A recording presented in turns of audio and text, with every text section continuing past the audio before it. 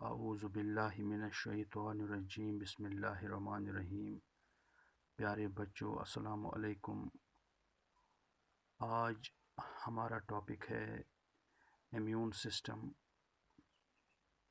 Immune system بالکل اسی طرح سے ورک کرتا ہے جس طرح سے ہمارے ملک میں ڈیفنس نظام ہوتا ہے، اسی طرح ہماری باڈی کے اندر بھی ایک ڈیفنس نظام ہوتا ہے۔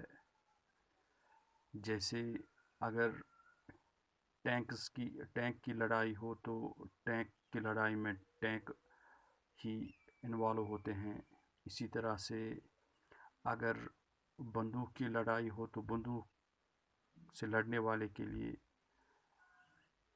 تلوار سے لڑنے والے نہیں ہو سکتے، اس کے لیے بندوق والے ہی لڑیں گے۔ اسی طرح سے جتنے بھی فورسز ہوتے ہیں وہ اس انداز سے بنائے گئے ہوتے ہیں کہ وہ ملک کی مختلف طریقوں سے حفاظت کرے۔ اسی طرح سے جو انسان کے اندر ایک ڈیفنسو سسٹم ہے، یہ ڈیفنس سسٹم انسان کو مختلف بیماریوں سے بچاتا ہے، پروٹیکٹ کرتا ہے۔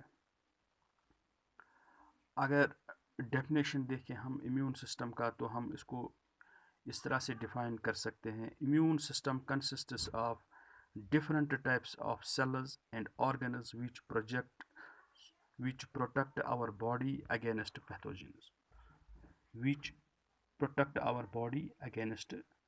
pathogens یعنی امیون سسٹم یہ ایک سیلز ہے، اس میں آرگنز انوالو ہے۔ یہ آرگنز اور سیلز ہمارے باڈی کو مختلف پیتھوجنز سے بچاتا ہے، ان کے انفیکشن سے بچاتا ہے۔ امیون سسٹم دو طرح کے ہوتے ہیں، ایک امیون سسٹم کو ہم انیٹ امیون سسٹم کہتے ہیں، دوسرے کو ہم اڈاپٹیو امیون سسٹم کہتے ہیں۔ انیٹ امیون سسٹم وہ امیون سسٹم ہے جو سیلز سے بنا ہوتا ہے اور پروٹینز کا بنا ہوتا ہے، اور جو باڈی کو مختلف مائکرو آرگنزم سے ان کے انفیکشن سے بچاتا ہے۔ لیکن اس میں خاص بات یہ ہے کہ جب ہم پیدا ہوتے ہیں، جب بچے پیدا ہوتے ہیں یا کسی بھی جاندار میں جب بچے پیدا ہوتے ہیں تو یہ اس میں انیٹ یعنی پہلے سے ہی یہ نظام ہوتا ہے، اس لیے اس کو انیٹ سسٹم کہتے ہیں، یعنی یہ اندر کا نظام ہو۔ جس طرح سے ہم یہ کہہ سکتے ہیں، جس طرح سے جو سپائڈر ہوتا ہے، سپائڈر کا بچہ جب وہ ہیچ آؤٹ ہو جائے تو کچھ گھنٹے وہ اپنے ماں باپ کے ساتھ رہتا ہے، پھر وہ چلا جاتا ہے اپنے فوڈ کی تلاش میں۔ چلے جانے کے بعد وہ بالکل جو اس کا پیرنٹ ہوتا ہے اسی طرح سے وہ جو ویونگ کرتا ہے، جو ویب ویونگ کرتا ہے تو بالکل اپنے پیرنٹ کی طرح سے ویونگ کرتا ہے۔ اس کو کوئی جب برتھ ہونے کے بعد ہی وہ چلا جاتا ہے اپنے پیرنٹ سے، یعنی اپنے پیرنٹ سے وہ نہیں سیکھتا ہے، لیکن اس کے اندر یہ انیٹ یہ خصلت ہے کہ وہ اس ویب کو اسی طرح سے بنتا ہے، وہ جال کو اسی طرح سے بنتا ہے جس طرح سے وہ اس کا پیرنٹ بنتا تھا۔ اس کو ہم بولیں گے یہ ایک انیٹ خصلت ہے، یہ ایک انیٹ بیہیویئر ہے۔ جس طرح انیٹ بیہیویئر ہوتا ہے اسی طرح سے یہ انیٹ امیون سسٹم بھی ہے۔ تو انیٹ امیون سسٹم اب وہ امیون سسٹم ہو گیا جو بچہ پیدا ہونے سے بعد اس میں پہلے آ جاتا ہے، ڈیولپ ہوا ہوتا ہے۔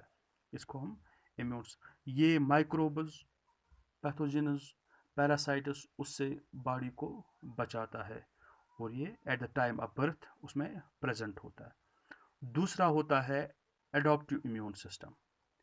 اڈاپٹیو امیون سسٹم وہ امیون سسٹم ہے جو فائٹ کرتا ہے پیتھوجنز کے ساتھ، ان پیتھوجنز کے ساتھ جن سے یہ انیٹ امیون سسٹم نہیں لڑ پاتا ہے. یعنی فرض کرو آپ اس طرح سے مان کے چلیے کہ پہلے تلواروں کے ساتھ جنگ ہوا کرتے تھے، بعد میں پھر بندوق ایجاد ہو گیا. تو بندوق ایجاد ہونے کے بعد اگر سامنے والا بندوق لے کے آئے تو ہمیں اسے لڑنے کے لیے اب بندوق ہی اپنانا ہے. اس کو ہم کہتے ہیں اڈاپٹیو میجرز، یعنی اڈاپٹ کیے. اسی طرح سے جو بیماری اب جو تلوار والوں سے کنٹرول نہیں ہو سکتا ہے اس کو بندوق والے کنٹرول کریں گے. اس کو ہم بولتے ہیں اڈاپٹیو امیون سسٹم. یعنی اڈاپٹ کیا اس نے ایسی ٹیکنیک اڈاپٹ کی جس سے وہ باقی ان بیماریوں کو کنٹرول کر سکتا ہے جو انیٹ امیون سسٹم سے کنٹرول نہ ہو سکی. اس لیے اس کو ہم اڈاپٹیو امیون سسٹم کہتے ہیں. یہ جب ایک بار فرض کرو جب ایک بار بندوق والوں کے ساتھ لڑائی ہوئی یا ٹینک والوں کے ساتھ لڑائی ہوئی، پھر یہ ایک بار جب فوج بنتی ہے تو پھر یہ ساتھ لے کے پھر یہ اس کا یونٹ بنتا ہے یا بنتا چلا جاتا ہے. ایک بار جب راکٹ فورس بن گیا تو یہ ہمیشہ رہے گا اب باڈی کے. اسی طرح سے ایک بار کسی بیماری سے انسان انفیکشن ہوا اس کا، پھر اس کے جو بیماری سے لڑنے کی جو شمتا ہوتی ہے، جو طاقت ہوتی ہے، وہ ہمیشہ اس بیماری سے لڑ سکتا ہے. اب دوبارہ اس بیماری سے اس کو انفیکشن نہیں ہو سکتا کیونکہ اس کا امیون سسٹم، یہ اڈاپٹیو امیون سسٹم جنریٹ ہوا ہوتا ہے. یہ فورس اب اس نے بنایا ہوتا ہے اپنی باڈی کے اندر. اس کو ہم اڈاپٹیو امیون سسٹم کہتے ہیں، جس کو ہم اڈاپٹ کرے، جس کو باڈی اڈاپٹ کرے ان پیتھوجن سے لڑنے کے لیے جن سے انیٹ امیون سسٹم نہیں لڑ پایا تھا. اب آتے ہیں کہ امیون سسٹم کے ڈیفیکٹس، اس کی ڈسفنکشن کیا ہوگی کہ جب امیون سسٹم کمزور ہو جاتا ہے کسی وجہ سے یا انفیکشن زیادہ ہو.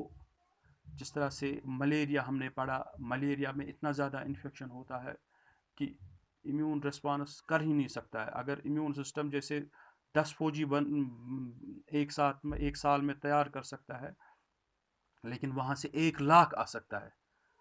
وہ 1,00,000 کرے گا تو وہ 1 کروڑ تیار کر کے آئیں گے فوج. انفیکٹ اتنا زیادہ اٹیک ہوا ہوتا ہے تو وہ نہیں لڑ سکتے اس سے. اب امیون ڈسفنکشننگ کی کیا سمٹمز ہے؟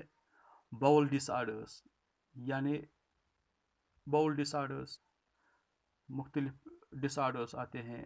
باؤل سنڈروم ہو جاتا ہے یا پیراسٹک انفیکشن ہو جاتا ہے. کبھی ایک انفیکشن ہو جاتا ہے، اس سے جان چھوٹی تو دوسرا انفیکشن ہو جاتا ہے، اس سے جان چھوٹی تو تیسرا انفیکشن ہو جاتا ہے. جیسے الرجیز ہوئی، کبھی سکن ریشز ہو جاتے ہیں، کبھی الرجی ہو جاتی ہے، کبھی فلو ہو جاتا ہے، کبھی جوائنٹ پین ہو جاتا ہے. یعنی انسان ایک بیماری سے نکلتا ہے دوسرے میں انوالو ہوتا ہے، دوسرے سے نکلتا ہے تیسرے میں انوالو ہوتا ہے. اس کا مطلب ہے کہ جو اس کا امیون سسٹم ہے وہ ٹھیک سے کام نہیں کر، اس میں کچھ ڈس آرڈر آیا ہے. اسی لیے ہماری باڈی مختلف بیماریوں کا شکار ہو رہی ہے. امید ہے آپ کو آج کا یہ کلاس پسند آیا ہوگا.